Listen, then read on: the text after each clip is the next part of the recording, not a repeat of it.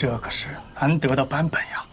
这套图集五色齐全，画面生动，构思巧妙。哎，这漫漫长夜，那可真是削发的良宾哦。哎，这书可不是我想看，是我一个朋友要看的。啊，你说这巧了不是？我有个朋友，也想看一些书。你让我的朋友看一看，我就让你的朋友也看看。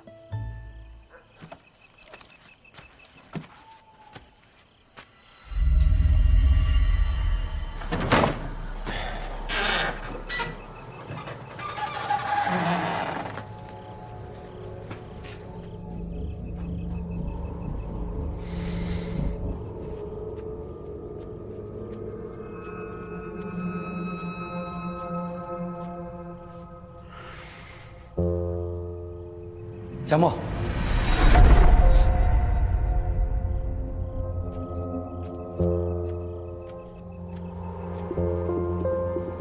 佳木，来来来，爹。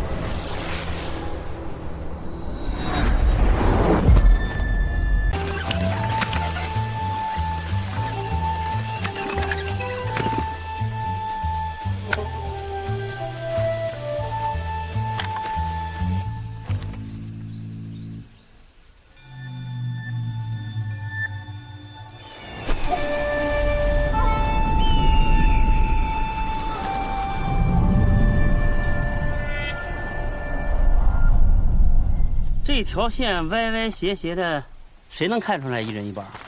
这是歌田术的运用，将田块分为若干归田、斜田、基田、弧田。归田的算法是半广乙成存，基田的算法是总2半成。别给我说这些没有用。你丈量出来的是3亩6分，对吧？啊？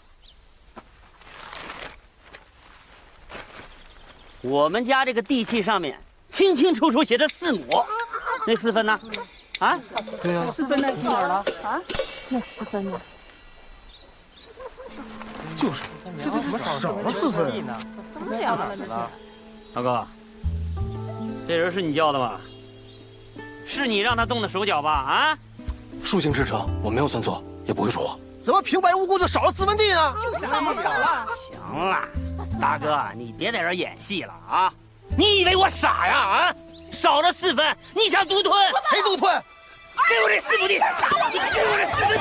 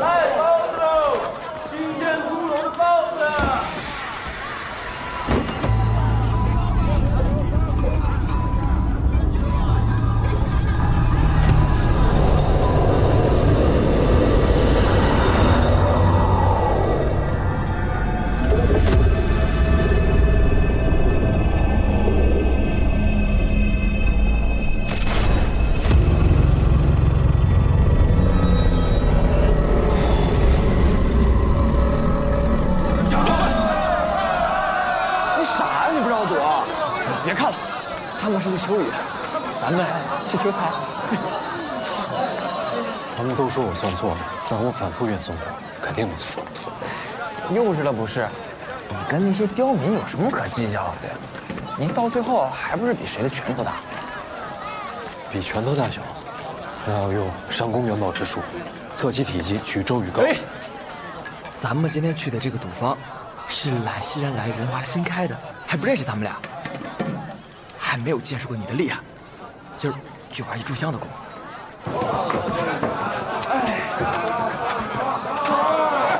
来，一起走，来。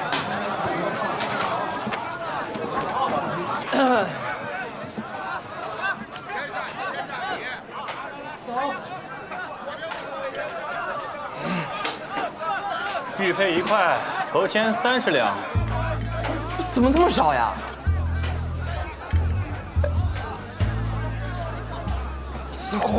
换吧。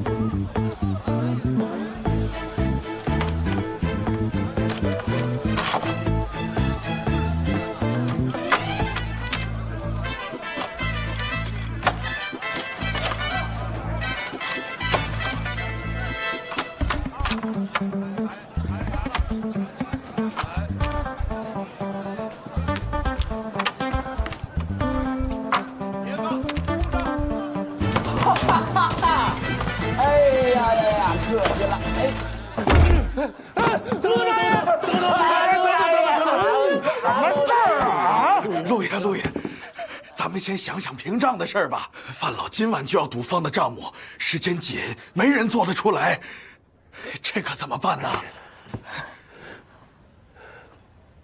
你钱还不上，地不肯卖。我再给你指条明路，把你女儿卖给我，咱们的账一笔勾销。小芝啊，父债女偿嘛，传出去也是24孝的一段佳话，是不是？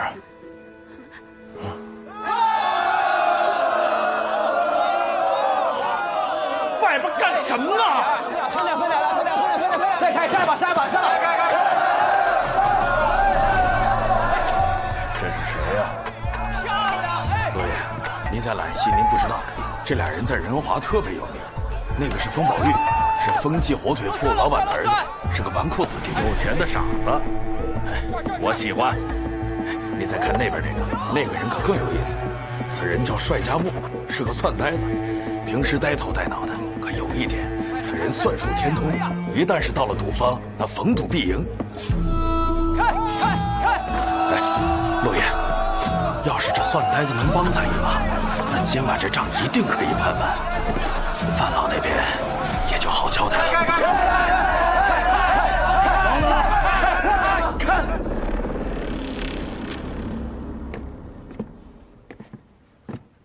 咱俩赌一把。来，你就赌呀。不是跟你，你啊？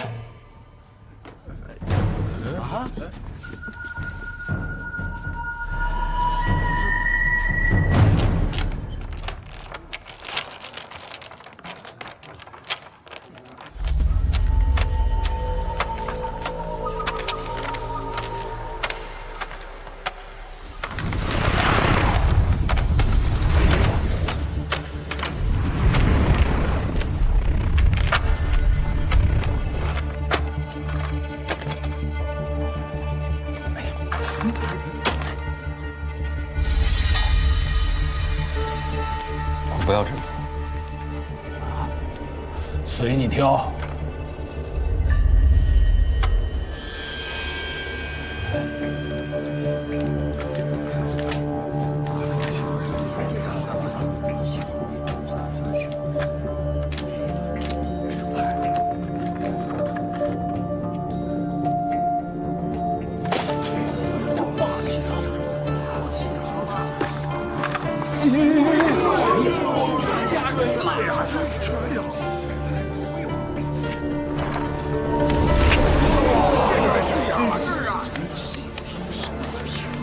开牌。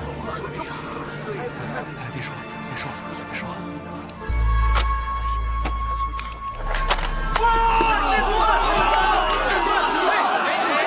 这一对牌你们有2个至尊，是啊，有2个至尊，怎么有2个至尊？谁呀？都只有2个至尊。你耍诈！别动！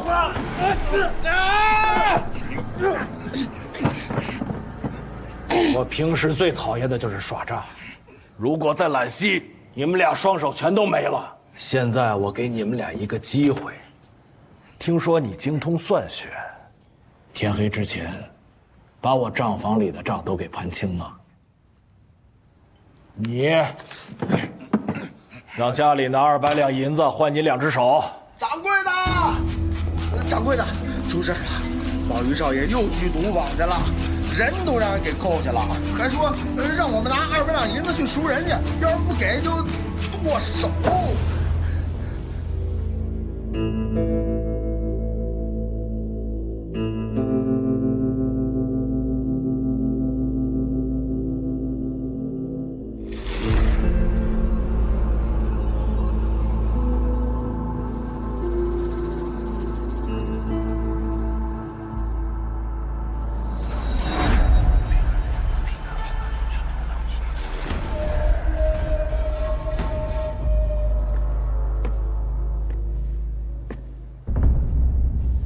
姐，坐下。陆爷，他怎么一个人来了？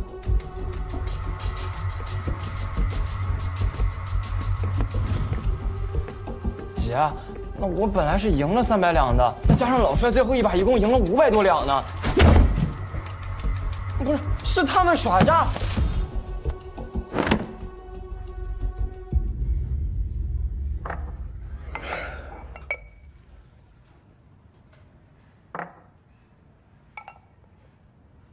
朋友，侬是心里个？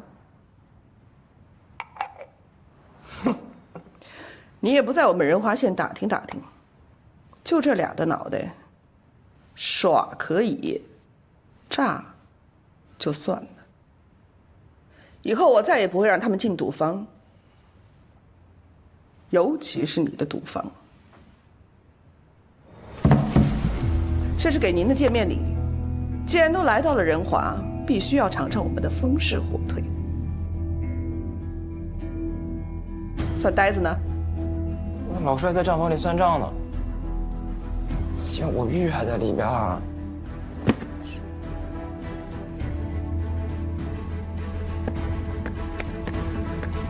我说你，陆爷，何其相残，何其相残啊！呆子。好。姐，走啊！我还没算完。算了，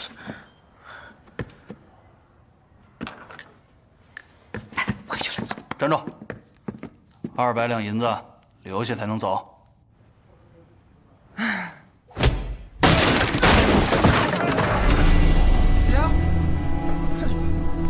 敬酒不吃吃罚酒，给你脸了。陆爷，何其生财，何其生财！我个屁！都干！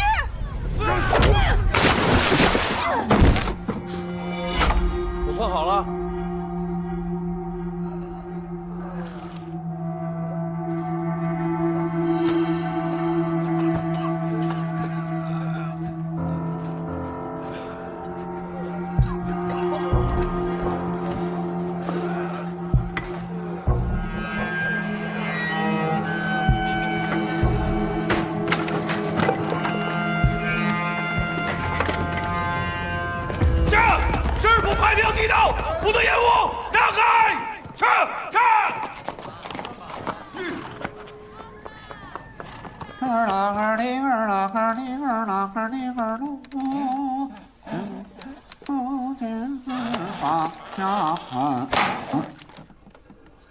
东主，东主，听见了，听见了。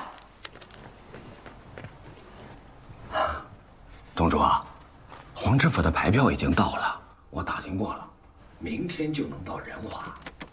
哎，麻烦了，好好一个京官不当，跑到凤兴来当知府，这是从京城给贬下来了。这监察御史是正7品，而这金安知府是正4品，一口气连升了6级，难道不是好事儿？你懂什么呀？在京城，官儿再小，他离陛下和阁老们近，机会就多；在地方，你势力再大，你够不着中枢啊！吵死了，让不让人吹口水了？夫人，要得要得。哎呀，昨天晚上打了一宿马吊。你继续说。咱们金安府有8个县，那就有8个知县。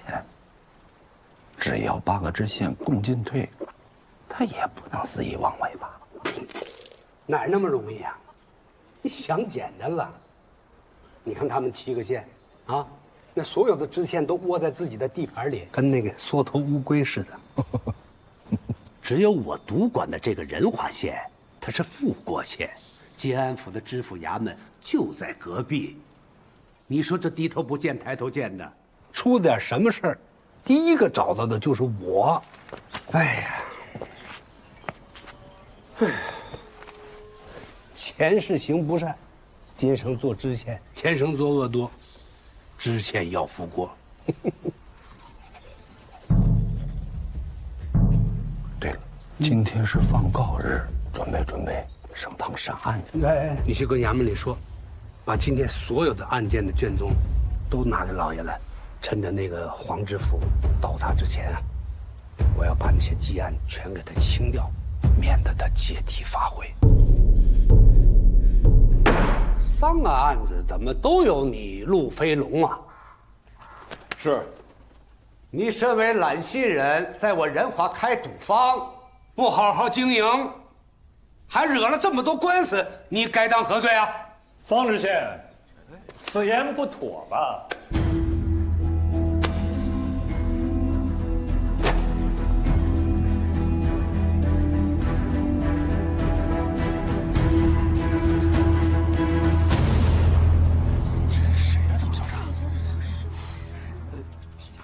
你是何人？学生程仁清，忝为建安府揽溪县生员。哎，你上堂为何不跪啊？依照洪武宪纲事例，教官生员见上司不得妄行跪礼。学生不过是依例行事罢了，还不着公服。他谁呀？这就是那个这边出了名的宋师，有个绰号叫浩然正气程铁嘴的。啊，程铁嘴是吧？苦主穆飞龙目不识丁，您案子上的宋状便是我代他写。本县平生最恨的就是宋棍，油嘴滑舌，巧言令色，无事都能掀起3尺浪来。学生生平只奉常理人情、正气、公心8字为圭臬，绝不胡搅蛮缠。好，那我们就开审第1个案子，欠债欧偿案。此案办，半年前，陈大山向陆飞龙借贷纹银10两，当时写明了借据是9出13归，3个月为一期，如今该还18两7钱2分，16两9钱。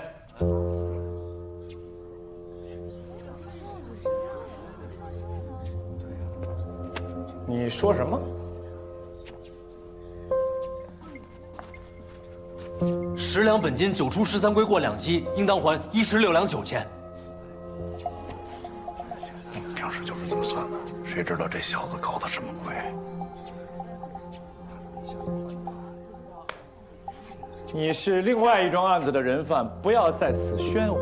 我没有喧哗，是他算错了。9出13归10两本金，过1期应当还13两，是以取3成立；过2期应当还13两，再加3成，16两9钱。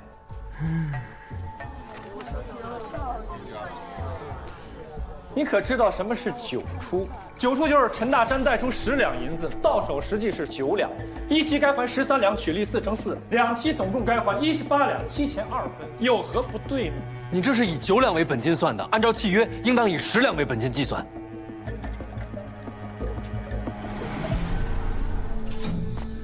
方知县，依大明律，审案之时，闲杂人等不得插嘴喧哗。这个人在这里胡言乱语的话，恐有挟私报复之嫌，请您主持公道。此言有理。哎，你别在那啰嗦，还没到你呢。下去。可这数字是错的，谁来算都是一样。别说。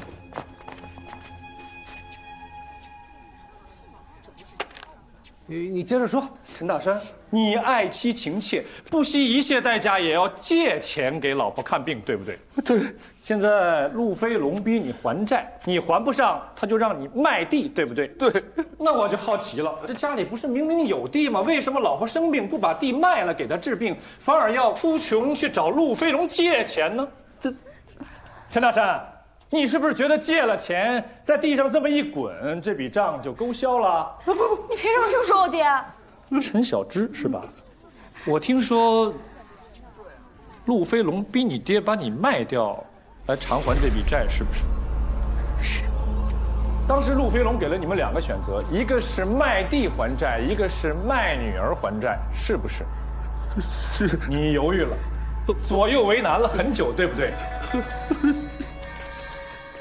换了是我，眼看着自己的爱女要被卖了，我会毫不犹豫地选择卖地，保住自己的亲人再说，怎么还能左右为难呢？你左右为难，就说明你内心深处不是不能接受卖女儿，只是出的价钱还不到合理罢了。不是这样的啊！大明律法可是明文规定，禁止人口买卖。我不是要逼他卖女儿啊，我是要让大家都看清楚了。这样一个家里边有丰厚田产的人，还要在卖地和卖女儿之间犹豫不决，他的良心何在？至亲生病还要借钱，借钱回来还要赖账，赖账不成还要殴伤债主的一个人，究竟值不值得我们大家同情？太当叔就不该这样，还是被业里钱你那是好人啊！是你看我就不是个好人。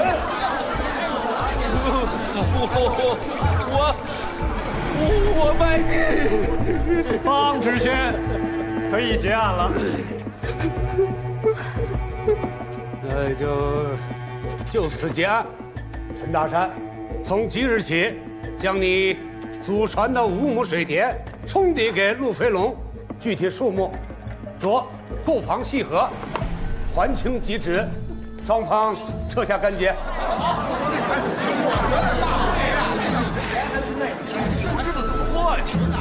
人家炸了吧？程仁杰啊，我今日要没有公事在身。方知县，素闻您精研黄老之学，信奉无为而治，不愿多事。学生做这些不也是为您分忧吗？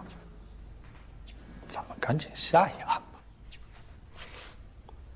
就是这个陆飞龙，我们赢钱了，他不给我们兑，说我们作弊，那我们是正当手段赢得钱，怎么不给我们兑啊？正当手段？什么正当手段？讲来听听。老师，你讲。牌九共有32张牌，再加2枚骰子，点数各有不同，只要计算出每个点数的现身，便有成算。也就是说，你有一手算牌的好技巧，打牌九10赌9赢，对吗？是。书行质朴之称，方知四海皆准。任何人只要掌握了其中的道理，到哪里都是一样的。风宝玉，仁华县学的详生。对啊，课业如此繁重，怎么还能去赌博呢？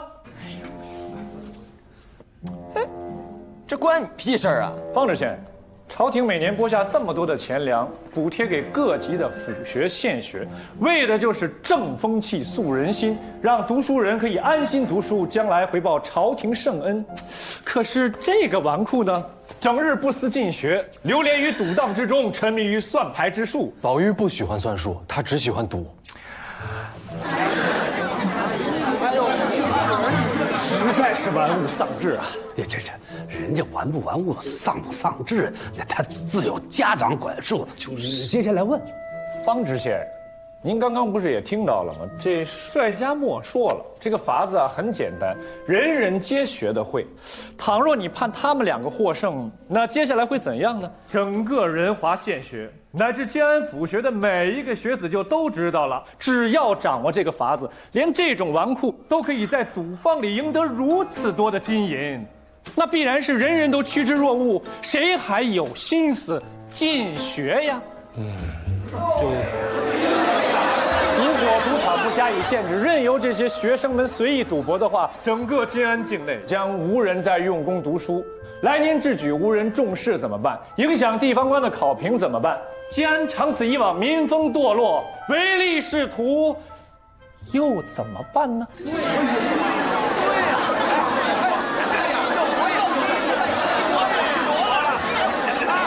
肃静！所以啊，陆老兄为的是金安的学风，才将这2个人拒之门外，坚决不开这个口子。陆老兄此举真的是用心良苦，防患于未然啊！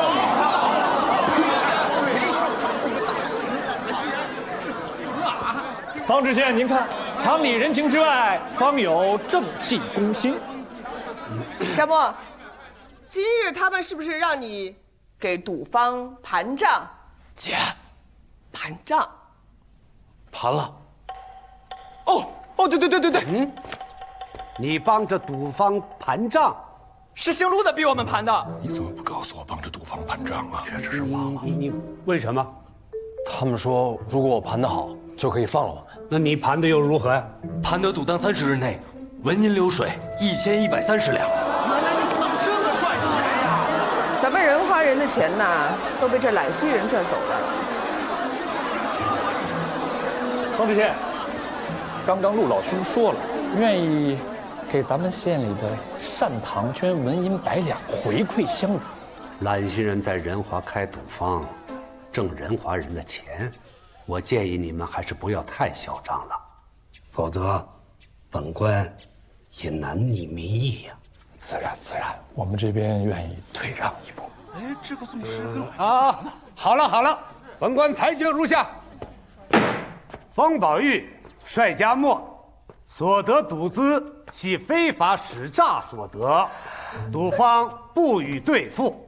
不过帅家墨代为赌方盘账，功过相抵，赌方亦不追究方宝玉、帅家墨欺诈之行为，双方退下干节。最后一案，大老爷，我冤呐！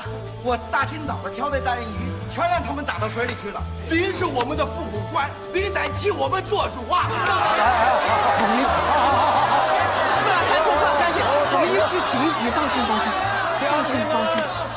今天的殴斗之事，虽然是因为风氏姐弟而起，但是陆老兄呢，也愿意赔偿大家的损失。劳烦诸位算个总数，一并奉上。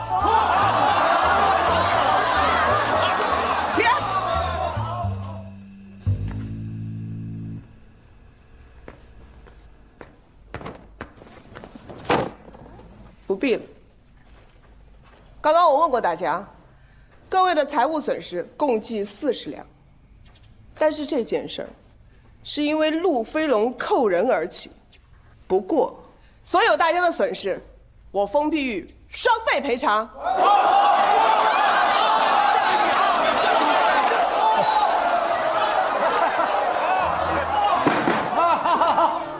好了，这就叫皆大欢喜。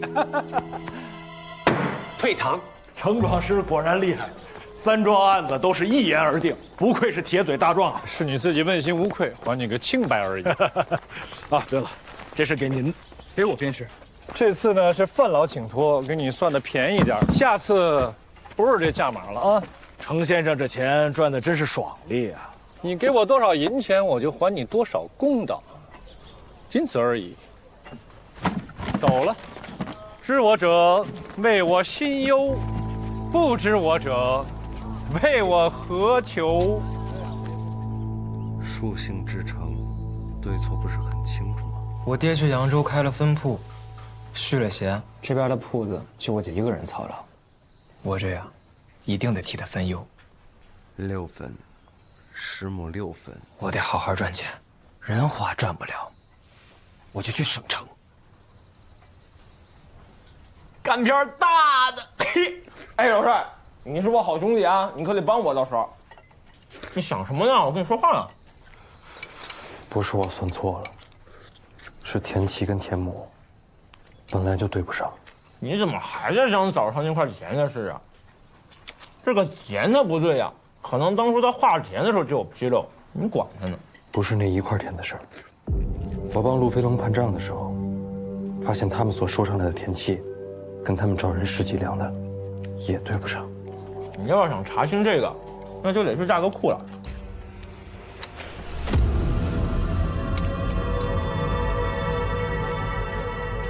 价格库？对啊，咱们仁华的每一块田地啊，那都得把田主、位置、四制还有面积，都得在官府登记造册。一份呢，田主留作地契；一份做成鱼鳞图册，留在建安府的那个价格库里保管。你要是想土地买卖，那就得跟那个鱼鳞图册对比物，官府才能发红契。你要是真想算清这个田亩和田契的误差，那就得去价格库。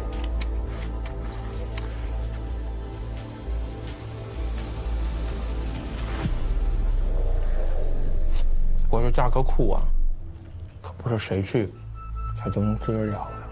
如果你能带我进价格库，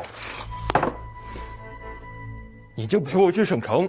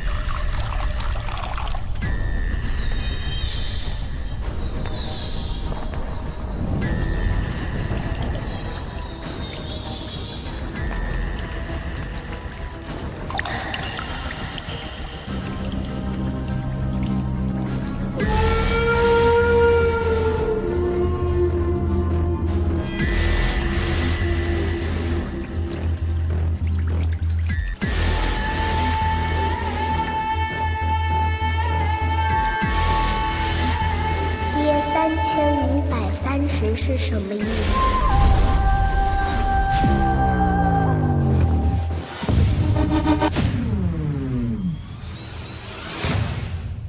头言岩上滚，二言雪花飞，三言四言扣骨头，五言六言抱肩头。我要是有姐姐1/10的能力，姐姐你也就不用这么辛苦了。别给我绕弯子啊！说事儿。省城那批货你不用去了，姐，我跟老帅肯定给你完成。长大了，知道体谅姐姐了啊！有这个心啊，就帮这个忙吧。哎，那要去自己去啊，蒜呆子给我留下。哎，不行，姐，我得带着老帅去省城见世面的。他得给我盘账啊！不行，没有老帅我不行。赌不赢是吗？对。哎，不是姐，不是这样的。哎，人呢？你什么事儿啊？仁华县的税赋账册里有一个大疏漏，我来提告，希望你们尽快纠正，支持调整。疏漏是你们家多交税啦？不是我家，是整个仁华县的税赋出了问题，一个巨大的错误。哎呀，我写给你看吧。整个仁华县，那关你什么事儿？数字有错，不应该是户房负责纠正吗？这钱粮之事，那是一级压一级，你得向上找啊。什么意思啊？别说我不教你啊，仁华县的钱粮都交到了金安府，所以你要提告，得到金安府的库房，你明白吧？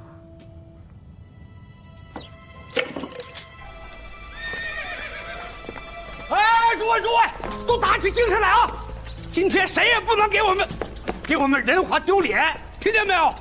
一会儿黄知府就在这个方向出现，啊！来，跳起来，跳起来！抬头，挺胸，目视前方。这个地方，谁要敢怠慢啊，吊儿郎当的，我小心你们的屁股！宋同伴到了，宋同伴，哟！哎呀，宋同伴，方知县有劳啊！哎呀，宋同伴，停！宋同伴，您可是我们金安府的左二官，您怎么没跟黄知府一起来啊？打好前站啊！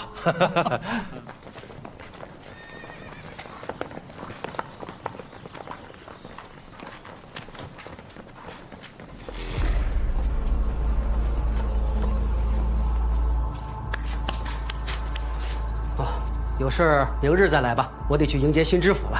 这个事情非常着急，必须今天说。何事啊？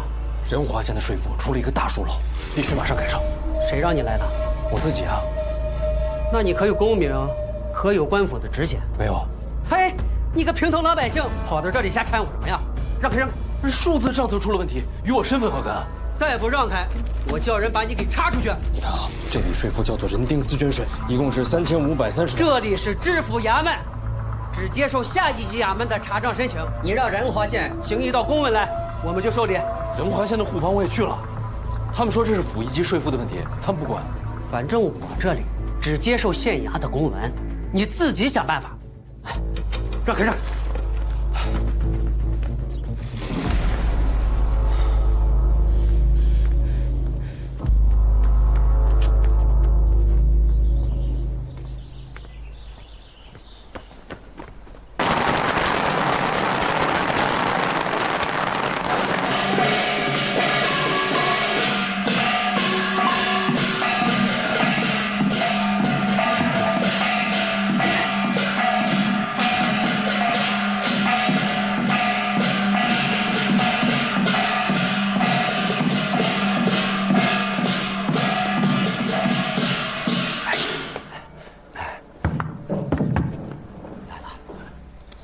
恭迎黄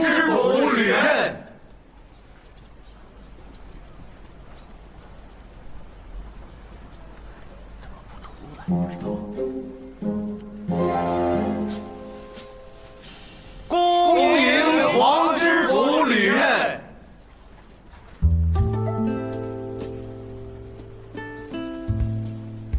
马知县，上。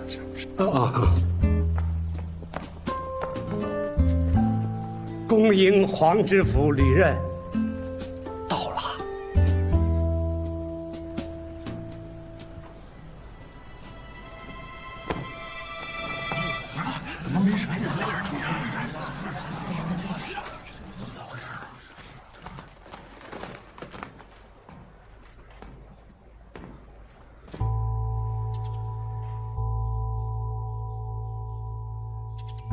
快，这王知县，快啊！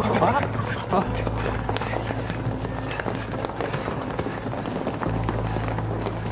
哎呀！恭迎黄知府履任。诸位免礼。谢黄知府。在下晋安府通判宋仁，见过黄知府。宋通判不必多礼。在下仁华知县方梦真，见过黄知府。方知县免礼。您一路舟车劳顿，真的是辛苦了。我们一直在门口恭迎，没想到黄知府竟然要先到了。本府私自决定啊，提前到达晋安局，没别的意思，我就是想多走动走动，了解一下晋安本地的风土人情，没给方知县造成什么惊扰吧？哎，哪里，我大明官员若能像您这样深入民间，体察百姓疾苦，那定会天下太平，海晏和亲啊！方知县谬赞了。本府既然为大明牧守晋安，自当是鞠躬尽瘁，死而后已。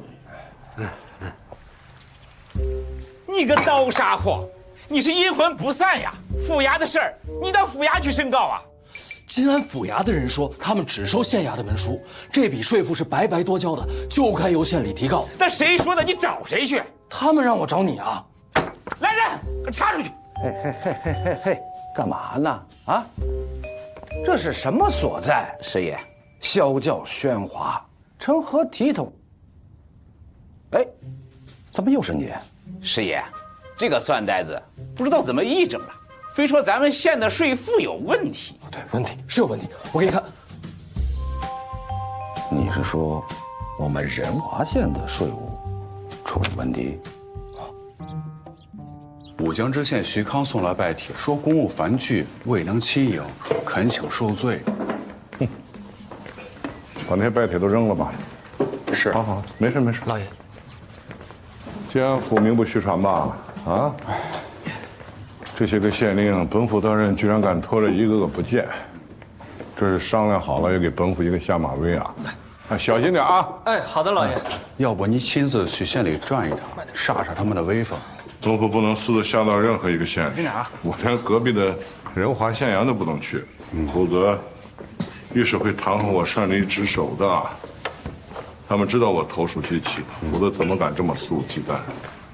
你这都好好擦擦啊！好嘞。晋安府啊，上下真是积尘太多了，乌烟瘴气，是该好好打扫打扫。什么鞠躬尽瘁，死而后已，跟我在这玩诸葛武侯呢？啊？那其他几个县的知县真的就不来拜见了？催收在即，朝廷征税那可是大事啊！怎么着，黄知府，您还能挑出个理来？说到税赋，手下还有一件小事想向您禀告。说，有个呆子在户房闹事儿，非说在价格库的账册上查到我们县的税赋出了纰漏。纰漏？什么纰漏？说是我们县每年的税赋都多缴了。什么？多缴了？谁说的？此人冲撞衙门，擅入禁地，奉知县老爷令，失责10项，以儆效尤。本来就是个大疏漏。闭嘴！哎，行。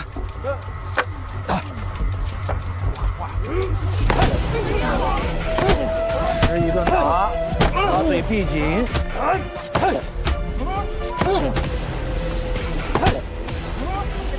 住手！哎呀！哟，宋东判，方师爷，你这是要干什么呀？此人擅闯价格库，我是奉了方知县的令，施以惩戒。金安府谁不知道这帅家墨有问题？我与他的长辈有些交情，能否给宋某几分薄面？宋东判既然说了，下面的板子那就免了。不过您得好好劝劝他，这家伙啊胡说八道的，非说我们县的赋税出了问题。这事儿如果传到黄知府那里，那岂不是给我家东主和您找不痛苦？他是因为赋税的事儿才擅闯价格库的，可不。哎呀，家墨，我已经给你求了情了啊，余下的板子不大了。回去之后不要乱讲话，这赋税的事不是你这种人可以参与的啊！按守本分，傻孩子，别再乱讲话了。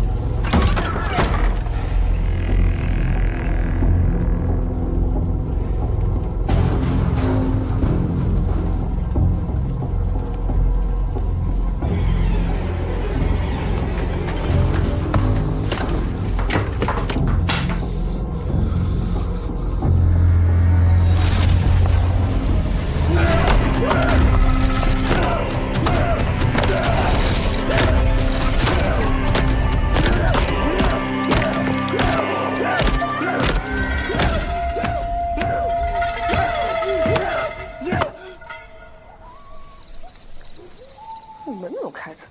老帅，呆子，呆子，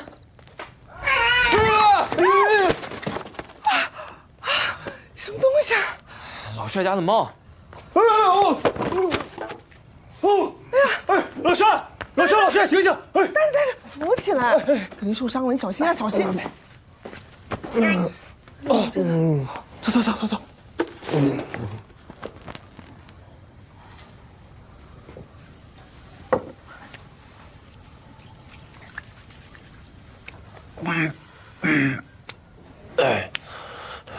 我说你这平头老百姓啊，你怎么知道金安府的疏漏啊？一开始，我是发现我量的田亩和田契上的数字对不上，后来给赌方盘账的时候，发现他们案例情况也是一样，所以，我一开始进价格库是想看官方记录的鱼鳞图册。那你怎么查着就查到人家人丁丝绢上了呢？我也不知道为什么，鬼使神差的，就发现了这人丁丝绢税的疏漏。我发现的证据和推演过程都写在这条陈里了。哎呀，我这满手是油，你就说吧。简单的说，就是仁华县每年上交金安府的税赋里，平白多出了一笔3530两的白银，应该取消。那如果这3530两是有错的，那把它取消了应该是好事啊，大家应该开心啊。为什么要打老帅啊？方知县的绰号叫什么？方识相啊。对呀，他成天什么都不管啊，清静无为。现在这个新师傅来了，他更不想这种乱七八糟的事给他添麻烦。好了，对不起啊，收拾一下。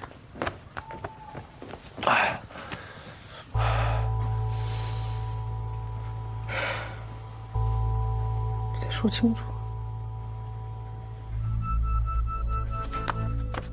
呆子，我们都支持你去提告，该我们交的1分都不能少，不该我们交的1分也不能交。不是姐，这老帅已经挨了10板子了，再去提高那还得挨10板子呀。6板，你看人家唐僧拿着紫金钵也都把金给取回来了，这3000多两，方石相也该醒醒了。呆子，我就问你一句，如果有机会见知县，你去不去？去。怕不怕挨板子？不怕。行，等你要好好养伤，养好了一起去。走。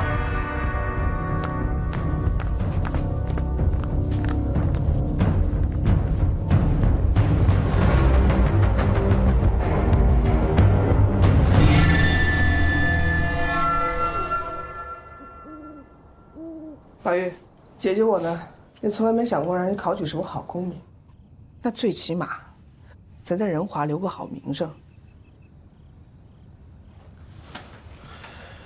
现在机会来了，呆子算出那个人丁私捐税绝对不会是一个小事儿，如果纠正了，你想想看，对于咱仁华的老百姓来说，是不是一件好事？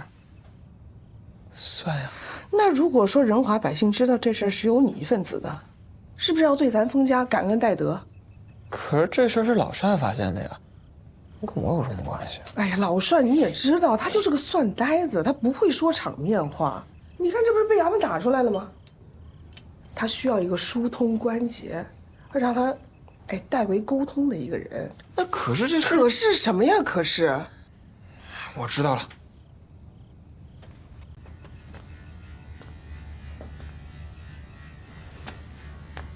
你记不记得，呆子小的时候在墙上刻了一个算筹的数字？记得呀。记得多少吗？那谁记得住呀？我开始也没留意，但是今天我拎着这个灯笼仔细看了看，你猜我发现了什么？什么？这个墙上的数字和人丁丝绢的数字是一样的。都是3530，所以呆子不呆，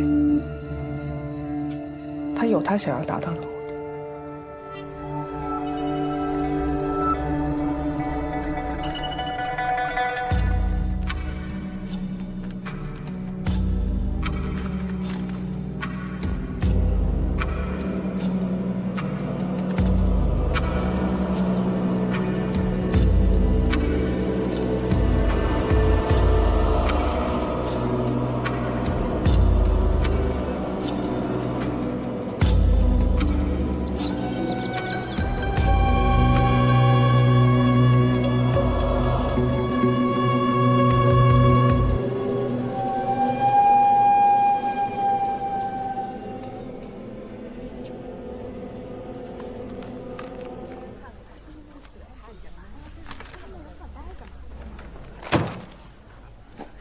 启禀方知县，学生封宝玉状告薛家墨殴伤本人。你和被告是因何事起了局语，又是因何动手打了架呀？如实说来。启禀方知县，我们俩是因为建安府税赋疏漏的事儿吵起来的。因为什么？我们俩是因为仁华县的税赋吵起来的。他非要说咱们县每年多交了3530两。哦，对，他非要说咱们县每年多交白银3530两，应该减免。可是我算出来只有3510两，我们俩算的不一样，忽而就打起来了。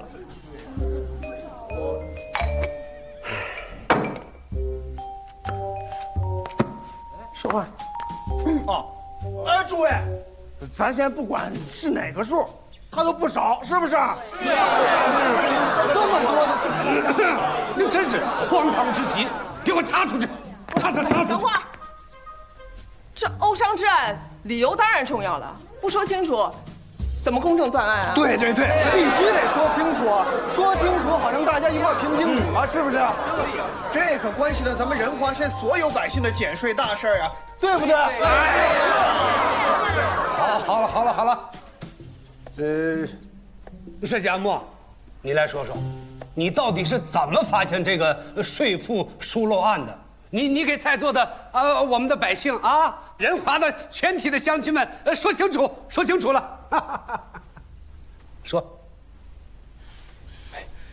陆帅，怎么着？陆帅，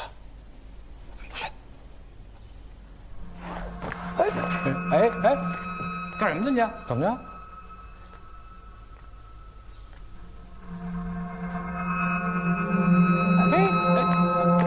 去哪儿啊？这是？哎，怎么走了？让条道，让一让。你说。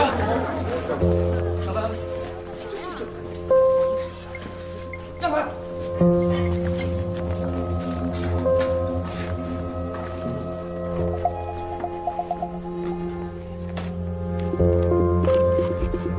奉兴布政使司，共领11府，其一曰金安。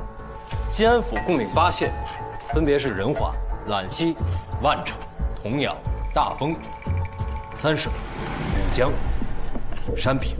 金安府每年所缴正税中，分为夏税与秋粮，由8县分别承担，数目不一。我这次查阅金安府账册，发现仁华县正税科目中有一笔叫做人丁丝绢税。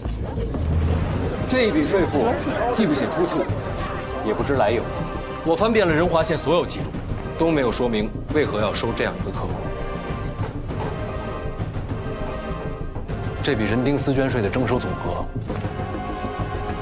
是3530两，每年。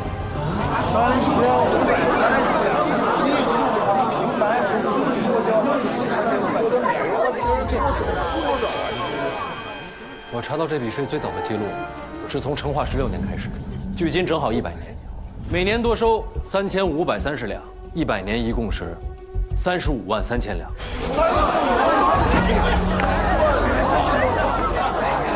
查出去！能领几个钱呀？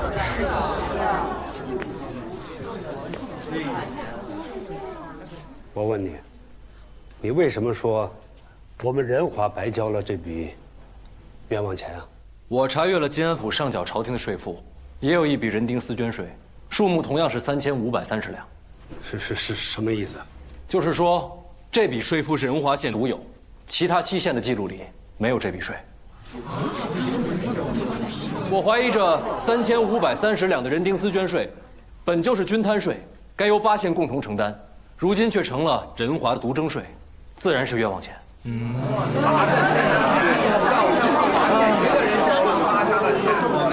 事过于复杂，不宜居下结论。不如先退了堂，找户方核实了再做转换。好了，老爷，我清楚了。就这样了，就这样了，没有说法，刚才就不应该审这个案子，就什么事儿都没了。哎，本堂，原来审的是什么案子来着？帅家墨殴伤方宝玉啊！对，帅家墨殴伤方宝玉一案，本堂宣判。不告了！我也没有多疼。不告了啊！苦主啊，已经撤诉啊！本堂宣布退堂。那人丁丝绢税的不公之处，如何处置？对呀，得说清楚。你刚才的一番解释，那就是殴伤案的证词而已。至于这人丁丝绢案，那是另外一起案子，至少得有个苦主提告才成啊。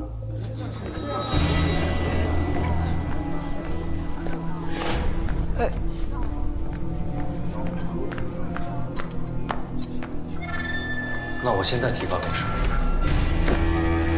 帅家墨，这可不是你一家之事啊！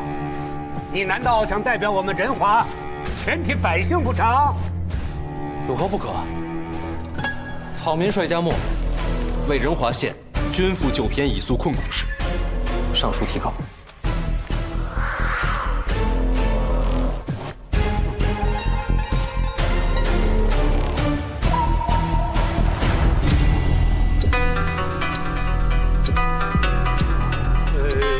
这个上书提告啊，需自身有功名之人才可。你一个白丁百姓，恐怕没这个资格吧？我们有。马上也有。这位，风宝玉，那可是咱们县的响声。去。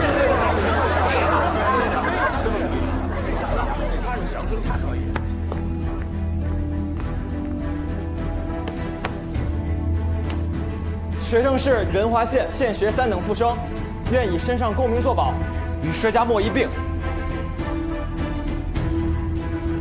陈情提告。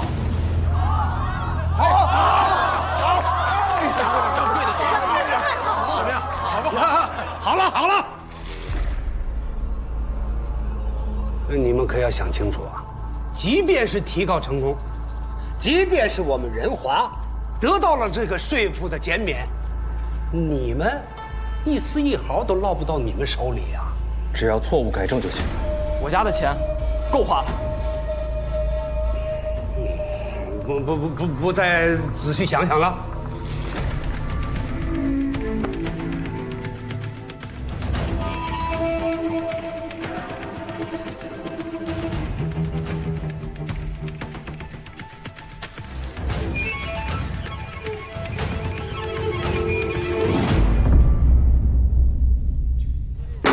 诸位，倘若有8个兄弟，是不是一起活该他赡养父母啊？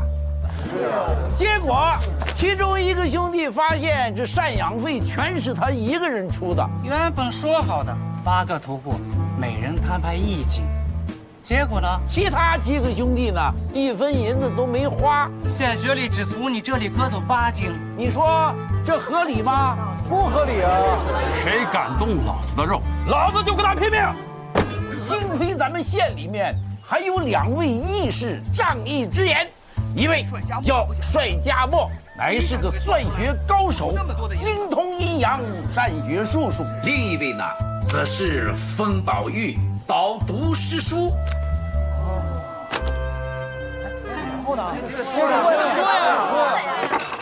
难得的是啊，这封宝玉又承庭训，素怀仁德之心，身秉侠义之志，路见不平一定要拔刀相助。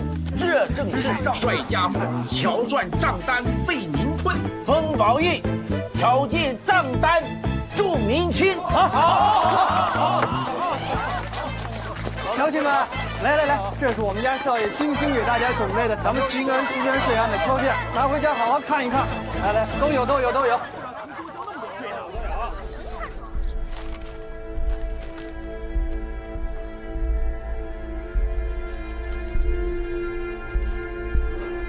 有意思。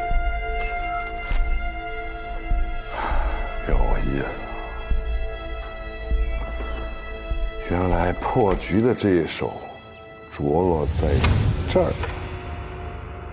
你说这上面不听辩解，中间不听劝，下边又不听话呀！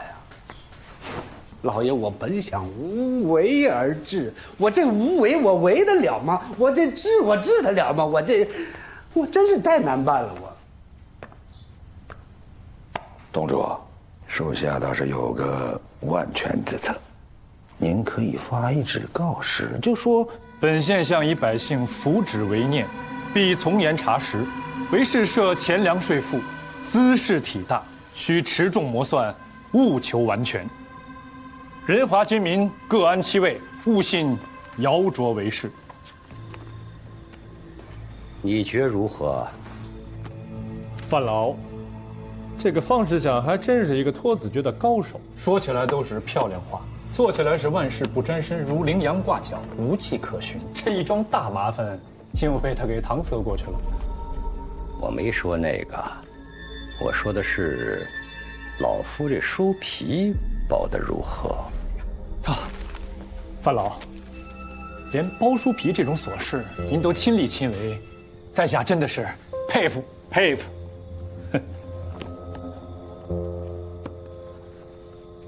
这丝绢不可轻碰。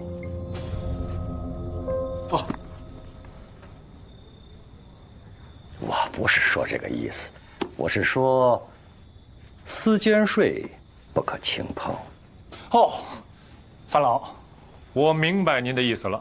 这丝绢税上设知府，中牵8县，下连万民，想要减免，这朝廷不干，想要军坛提县不干，想要继续剿老百姓不干，根本就是个无解之局，谁碰谁死，唯有拖下去，才是正道。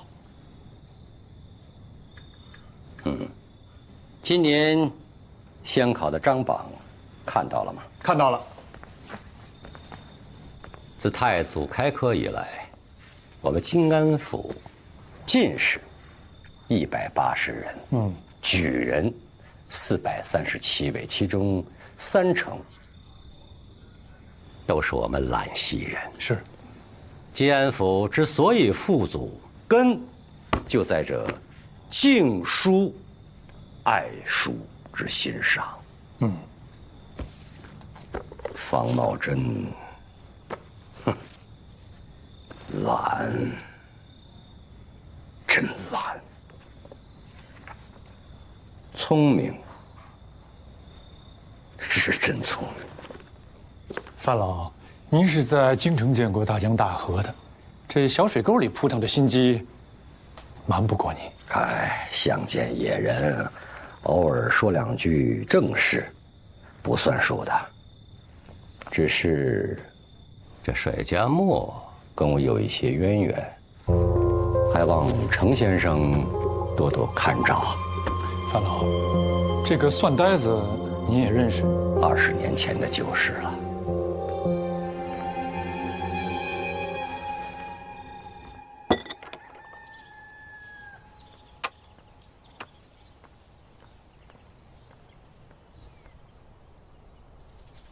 妙啊！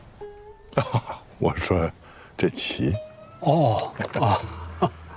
最近啊，那个私捐税案吵得沸沸扬扬，本府就是想关心一下，不知方知县查的结果如何了？那个税家墨脑袋有问题，他查出来的东西未必坐实，也不能全信。您那么忙，待下官核实清楚，再向您汇报。好了，就让税家墨去查，1个月之内我要一个结果，到时再跟方知县一同参详。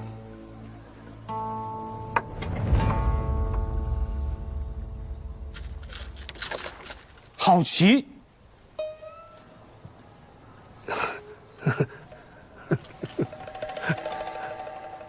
好棋。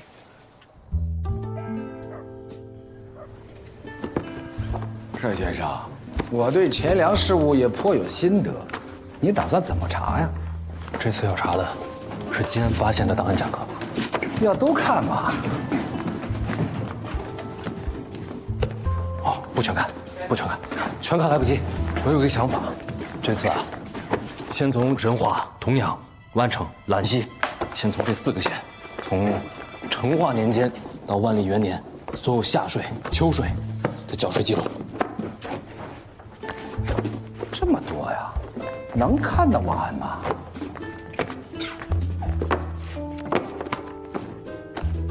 恐怕需要很长时间。好，不着急，慢慢来啊。1个月不够，那就3个月；3个月如果不行呢，那就半年。5个月，5日之内必有结果。5日。